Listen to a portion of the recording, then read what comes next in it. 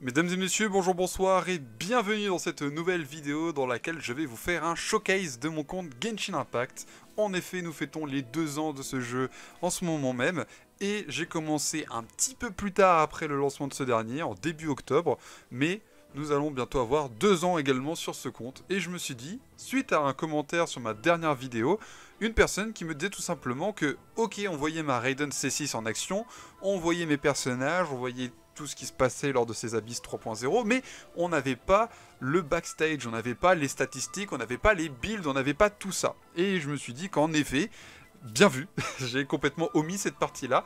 Donc pourquoi pas faire une vidéo pour fêter les 2 ans de Genshin Impact tout en présentant l'avancée de mon compte depuis ces 2 dernières années. Donc on va commencer avec les personnages que j'ai. Vous pouvez voir que je les ai quasiment tous, à quelques exceptions près. On peut voir qu'en effet, j'ai commencé le 7 octobre 2020 et que j'ai tous les personnages perma présents dans toutes les bannières forcément. J'ai Venti, Tartaglia, Zhongli, etc. Par exemple, je n'ai pas Klee, je n'ai pas Utao, je n'ai pas Yoimiya, Kazuha, je n'ai pas les frères et sœurs Kamisato, ni Tignari, ni Dori. J'ai quasiment tous les personnages du jeu, il m'en manque, il me semble, une petite dizaine, c'est ça de mémoire, il me manque une dizaine de personnages, mais majoritairement des 5 stars. Présentons à présent les armes. Voici les armes. Beaucoup d'armes signatures, 5 stars, et signatures dans le sens où elles sont également assignées aux personnages. Donc par exemple l'arc de Yelan pour Yelan, l'arc de Tartaglia pour Tartaglia, la lance de Zhongli pour Zhongli, justement, regardez, elle est là. Mais vous verrez qu'en effet, on a pas mal d'armes 5 stars qui sont assignées aux personnages, et d'une manière générale, je tente d'avoir et le personnage et son arme. Par exemple pour Raiden, juste ici, avec sa lumière du faucheur. En termes de 4 stars, j'ai pas mal d'armes R5, que ce soit des armes temporaires d'événements, que ce soit des armes de gacha. Par exemple, les armes craftables, je pourrais largement faire... Non, c'est pas ici qu'on va voir voilà, les prototypes. Je pourrais en craft sans souci, mais il y a des armes que je n'utilise pas, des armes que j'utilise beaucoup plus. J'ai plein de copies qui restent, des R5, des R5 possibles, etc., etc. On a les artefacts à farmer aussi, qui prennent beaucoup trop de temps, il faut le dire. Et en parlant justement des artefacts, eh bien voici un peu l'idée. Je ne vais pas passer les uns après les autres, mais voilà, on peut avoir ce genre de statistiques. C'est tout à fait correct d'une manière générale.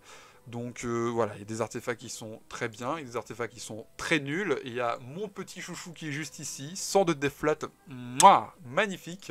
Mais j'ai également d'autres artefacts qui sont tout à fait corrects. Par exemple celui-ci, dont je suis tout à fait fier. Et enfin des artefacts encore à monter qui sont tout à fait prometteurs. On va pouvoir s'attaquer à la main team. En effet, j'ai plusieurs personnages que je joue vraiment beaucoup. Vous avez pu en voir lors de ma vidéo. Et ces personnages, vous pouvez le voir ici avec les niveaux. Donc ceux que je ne joue pas beaucoup, pour pas dire jamais. Ceux auxquels je fais des builds, je tente des trucs, je vois un petit peu ce que ça donne. On est plutôt sur cette rangée-là. Et ici, on va avoir la rangée des personnages que je joue vraiment beaucoup, plus ou moins. Et notamment, donc, les 4 ici, plus Yola, qui sont les 5 personnages que je joue le plus et que je vais vous présenter dans cette vidéo.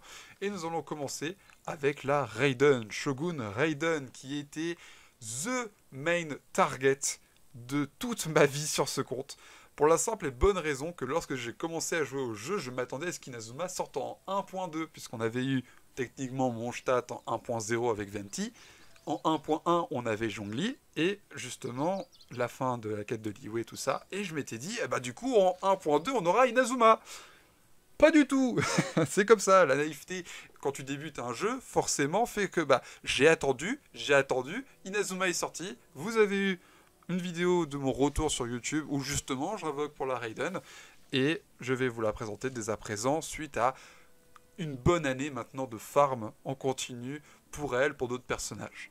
Donc 2266 d'attaque, en 53 de autocrit, 145 de dégâts crit, 250 d'énergie recharge, ce qui me fait 107 de dégâts électro, 107%. Comme vous avez vu tout à l'heure, j'ai son arme signature en emblème 4, avec les substats que voici. substats qui sont tout à fait équilibrés, mais qui font que j'ai malgré tout un certain manque en crit.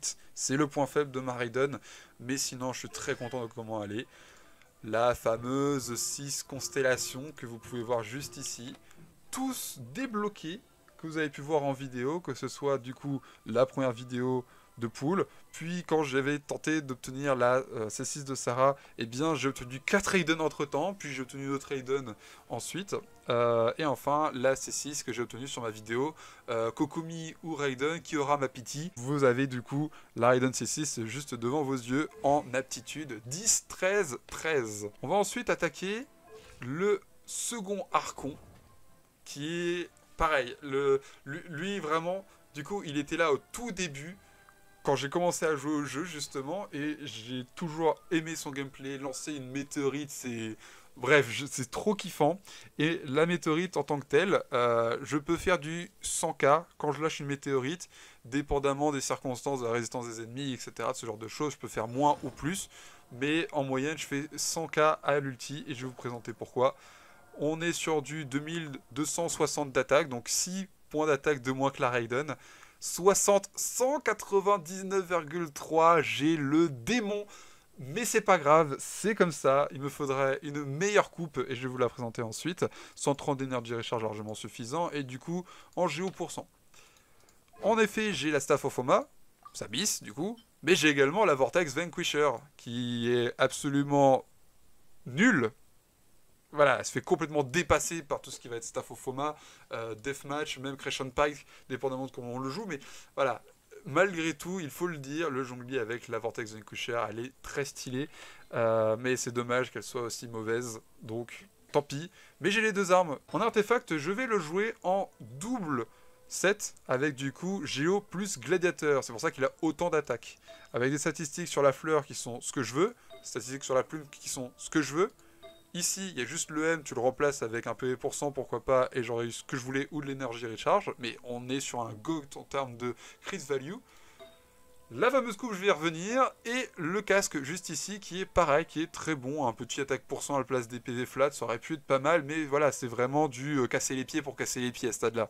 Et en effet, la coupe qui est le point faible du jonglier, en effet, 26% d'attaque, c'est très bon, il n'y a pas de souci, il peut les utiliser.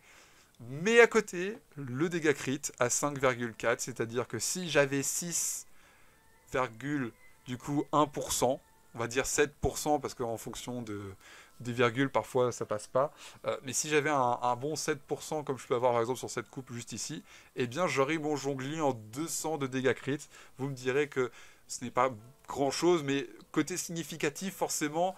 Eh bien ça joue un peu parce que le 200 de dégâts crit c'est toujours un objectif à atteindre qui est très très satisfaisant pour les yeux. Mais là je suis frustré. Donc j'espère pouvoir améliorer ceci à l'avenir. Constellation 2. Double pilier plus lorsque je lâche l'ultimate, il refound son shield et que ce soit en multijoueur, ça donne du shield à tout le monde, mais que ce soit également dans les abysses, j'ai pas besoin de m'assurer de bien faire mes rotations sur maintenir le E. Je peux littéralement faire poser mon pilier, ulti, poser mon second pilier, ça marchera, comme ça j'ai mes deux piliers, j'ai mon shield, tout est bon. Voilà, j'ai plus de soucis de restrictions sur les rotations et sur les cooldowns du E, c'est nickel. En parlant d'aptitude, 10, 10, 10, c'est le premier personnage que j'ai 10, 10, 10. Le second étant Ningguang, juste ici, et la troisième étant Raiden, que voilà. On va s'attaquer à Yola, 2360 d'attaque, en 60, on va arrondir 70 d'autocrit, 150 de dégâts critiques, un peu d'énergie recharge, mais c'est pas très grave, 104 de dégâts physiques, avec sa signature, en 4 PF. Alors la fleur elle est où? Elle est là, avec du coup statistiques ici qui sont tout ce que je veux. Peut-être Energy Recharge à la place de l'attaque flat, mais on est sur ce genre de statistiques souhaitées. Ici pareil, tout à fait convenable. Là pareil. Là ici, statistique tout à fait nickel. Attaque % à la place de PV encore une fois pour embêter le monde. Et en Tocrit, là ok, très bien, vraiment très bien. J'ai farmé longtemps pour l'avoir ma 4 PF, donc c'est nickel. Ici, constellation 0, mais je vais tenter d'obtenir la constellation 2 pour la simple et bonne raison que, comme le jongli, principe de cooldown, et parfois c'est chiant, quand tu maintiens ta E, tu fais toutes tes petites rotations, tu mets ta Rosaria, ta Kuki Shinobu, ton Zhongli, et après tu vois que tu ne peux pas mettre la E, et sachant que bien que c'est sa bis, c'est vrai que le passif ici demande de taper avec la E, donc forcément, parfois ça se bloque, parfois, voilà, ça peut être un peu compliqué, donc c'est sûr qu'avec le cooldown identique en maintenu comme en simple, ça m'aidera forcément, et ça permettra d'avoir comme la Jin et le Zhongli, d'avoir au moins la C2, et pareil pour la Yelan, c'est également un objectif d'avoir la C2, histoire d'avoir tous mes 5 stars main, mes 5 stars, ça va y arriver, main en minimum C2. Aptitude 10, 9, 10, entre question de matériaux, plus finalement, ok pour monter l'attaque et l'ulti au niveau 10, mais là c'est des dégâts cryo, on s'en fout sur Yola, genre c'est pas ce qui nous intéresse, et je me dis, bah il y a des personnages qui peuvent principalement avoir besoin de ces coupes, je pense par exemple à la Ganyu, je pense à la Yae, je pense à des personnages comme ça où justement bah, tu peux rentabiliser les dégâts à fond en mettant le 10 alors que là bah, c'est du waste hein, clairement. Donc je la montrerai un jour, je sais, pour avoir le 10-10-10, mais pour l'instant on reste sur du 10-9-10. On va ensuite faire celle qui va remplacer parfois la Yola. La Yola c'est pour les dégâts physiques et pour bien bourriner en aventure ou quoi que ce soit, quand par exemple je vais casser des minerais ou que je vais casser la gueule à un ennemi. Mais maintenant, Yelan peut faire également une chose similaire, peut me permettre de toucher des cibles à distance pour les explorations. Elle a un dash sur le E qui est très satisfaisant à utiliser. Mais voilà, ça dépend en fait en fonction de mes préférences. Peut-être que voilà, généralement je vais jouer les 3 ici, et après ce sera soit Yola, soit Yelan, ça va changer en fonction de l'une ou de l'autre. Donc là, Yelan justement, quasiment 38k de PV, 80 de taux crit, 200 de dégâts crit, 172 d'énergie recharge, 46 de dégâts électro. Sa signature, en 4 emblèmes, alors la fleur elle est là, avec des statistiques bien boostées sur les dégâts crit, taux crit et les PV. L'énergie recharge, bon ici il y a de la def, c'est la seule de mes 5 personnages qui a de la def. Mais c'est pas grave parce que ça me permet d'avoir quand même une très bonne statistique. Non, pas ici, une très bonne statistique ici. Mais voilà, si je vous présente du coup les personnages comme ça, vous voyez ici il n'y a pas de def, pas de def, pas de def, et ici non plus pas de def. C'est comme je disais tout à l'heure que j'étais casse-pied, méticuleux sur mes artefacts, j'en suis à exclure la def de mes artefacts, tellement je veux que ce soit rentable. Mais bah, pour la Yelad, c'est pas grave, hein, on fait avec et ça me donne des très bonnes statistiques, elle fait tout ce que je veux qu'elle fasse. Et puis voilà. Puis 1, 2, 3, c'est rigolo. Bref. Constellation 0, mais l'objectif étant d'avoir bien évidemment la constellation 2. Alors surtout la constellation 1 pour avoir 2 dash. Et ça, ce serait un life changer tout simplement. Ça me permettrait de faire des dashs plus souvent, autant pour les dégâts que pour l'exploration. Mais après, bah, voilà, on peut essayer d'obtenir plus. Mais encore une fois, ça dépend des focus, des personnages qui m'intéressent, etc., etc. Aptitude 9, 9, 10. Très certainement bientôt en 10 sur cette aptitude-là, puisque bah, les dégâts sont tout à fait significatifs ici. Mais tout simplement pas les matériaux pour. Et je les farme pas, si, hein, faut le dire. Donc bientôt en 9, 10, 10, mais c'est tout comme du coup la Yola et la Jin qui est ici. L'auto surtout ne sera pas très monté 10, sauf pour la significative, c'est pas très utile. Et enfin la Jin qui va servir de couteau suisse, littéralement, c'est ça que j'adore avec Jin. Elle heal, elle VV, elle fait des dégâts, elle fait tout, genre voilà, elle fait tout, nickel, c'est parfait. 2100 d'attaque. Statistique to crit, dégâts crit, tout à fait correct. Energy recharge un peu faible malgré tout. J'ai du mal à recharger l'ulti. Vous avez pu le voir avec ma vidéo sur les abysses. C'est compliqué même avec Raiden. Donc c'est le souci. Mais bon, je fais avec. Justement, bah, je pourrais mettre épée de Favonius. Oui. Mais moi, je suis un compte whale et moi, je mets des armes 5 stars.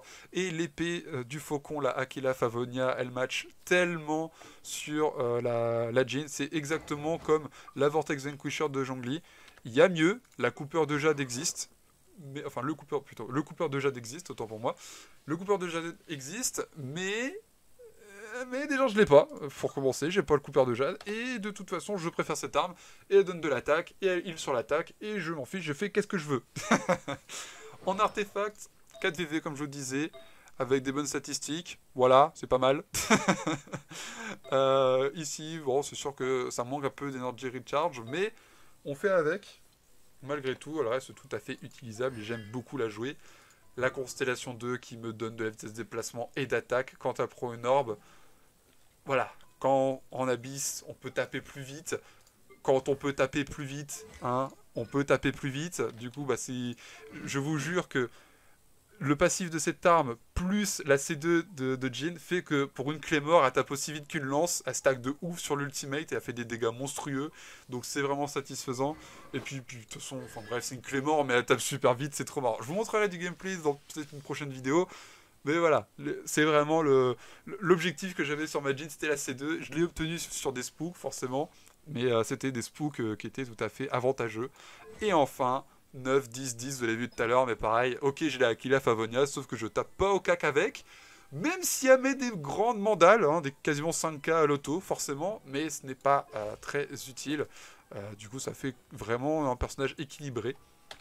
Et tout comme le jonglier en fait, lui il fait shield et des dégâts, elle a fait du heal et des dégâts, elle fait des dégâts, elle fait des dégâts, elle fait des dégâts. C'est les 5 personnages que je joue le plus, qui composent la team que vous pouvez voir du coup ici. Et justement, en parlant d'équipe, eh bien on va pouvoir voir qu'est-ce que j'ai comme équipe pour finaliser cette vidéo. Donc, team affinité, ça compte pas, c'est les 5 personnages que je dois monter parce que sinon ils sont tous en affinité 10. Ici, la Raiden hyper carry. L'objectif c'est simple, Raiden, faire un maximum de dégâts. Vous avez vu 420k de dommages sur la dernière vidéo, c'est grâce à cette équipe. Je pourrais mettre Bennett, je pourrais mettre Yae, je pourrais mettre tout plein de personnages, il n'y a pas de souci, c'est l'avantage d'être aussi versatile, entre autres, sur les positions. Si je veux mettre Yae, je peux mettre Yae, si je veux mettre ici le Bennett, je peux, parce que ma Sarah n'est pas noblesse. Voilà, tout est possible, je peux faire les teams comme je le souhaite sur ce plan-là. Là par contre c'est une team un peu plus rigide, les trois là ne peuvent pas bouger et le jonglier je peux mettre par exemple Kokomi ou Chichi pour avoir un peu plus de heal. Les deux me permettent littéralement d'être immortel. Alors surtout Chichi me permet d'être immortel, Kokomi permet d'avoir du heal et puis bon bah... Cryo, why not un peu de freeze, mais c'est pas ce qui nous intéresse le plus. Le shield, bah forcément pour permettre d'éviter de se manger des mandales et de faire tuer ma Kuki Shinobu, qui va donner la supraconduction à Yola et qui se fera régène par Rosaria, la réseau Cryo, vous voyez l'idée, comme ça Mayola, avec ses statistiques et tous les passifs, elle a quasiment 102 to crit, elle met des mandales pas possible à ultimate, je suis quasiment assuré de crit avec, c'est très satisfaisant quand ça passe bien évidemment. La team Morgana, une grande classique, Ganyu Shon-e, parce que les adeptes du Piaf, que j'ai oublié le nom, souffle nuage. Donc voilà, je associe toujours les deux ensemble. Il y a mieux, c'est sûr, mais c'est moi, je fais qu'est-ce que je veux. Je mets les deux ensemble. Double zone cryo avec des dégâts où ça se complémente les unes sur les autres. Ça s'ajoute des dégâts cryo et puis bah ça, et puis ça donne du to-crit et puis c'est n'importe quoi. Et puis c'est Ganyu parce que de toute façon, je vous l'ai dit, c'est Ganyu, voilà. Ensuite ici, Mona soit Kokomi en fonction de s'il y a besoin de beaucoup d'applications hydro et que le heal, je peux m'en passer. Si par contre je peux pas me passer du heal, c'est une Kokomi qui va apparaître. Et enfin, bah, le Venti pour la Morgana, l'objectif bien évidemment de freeze en continu. Enfin, ma dernière team qui a été une équipe que j'ai utilisé longtemps avant d'obtenir la Raiden. Tout simplement parce que Ningguang c'est ma première 4 stars, que je l'ai maxé comme pas possible. Je peux vous la présenter là vite fait en termes de statistiques. Voilà, tout à fait correct, a fait des dégâts très conséquents. Et avec Bennett en réseau Géo, c'est juste du DPS. Et je pourrais mettre un autre perso Pyro pour abuser de l'attaque % mais comme j'ai obtenu Mona et que je voulais Mona pour cette équipe, ça me permet de faire des bursts complètement ridicules. Je fais quasiment, avec mon jonglier qui fait du 100k par ulti, avec une composition comme ça, il peut monter sur du 150 et dépendamment de la res des ennemis, etc., je peux faire plus. C'est débile, c'est idiot, mais c'est ce qu'on aime. On aime beaucoup les gros chiffres avec ce genre d'équipe. J'espère que cette vidéo vous aura plu. Je vous ai montré d'une manière générale mon compte, les personnages que je joue le plus, les compositions que je réalise, et si ça vous intéresse davantage d'en savoir plus sur les autres personnages que j'ai, eh bien je peux vous faire un showcase un peu plus complet sur les personnages réellement, et que sur les personnages avec les builds, mais je me suis dit que là je vais faire une vidéo qui englobe que ce soit mes persos, mes armes, mes artefacts sur les mains et mes compositions d'équipe pour tout ce qui va être par exemple abyss et contenu difficile ou événements de combat. En tout cas, j'espère que ça vous aura plu. Si c'est le cas, n'hésitez pas à vous abonner, à liker, à partager, à commenter ce que vous en avez pensé. Je lis vos commentaires et ça me fait toujours plaisir d'en recevoir. Et sur ce, je vous souhaite une bonne soirée, une bonne journée. Tchuss! À la prochaine vidéo.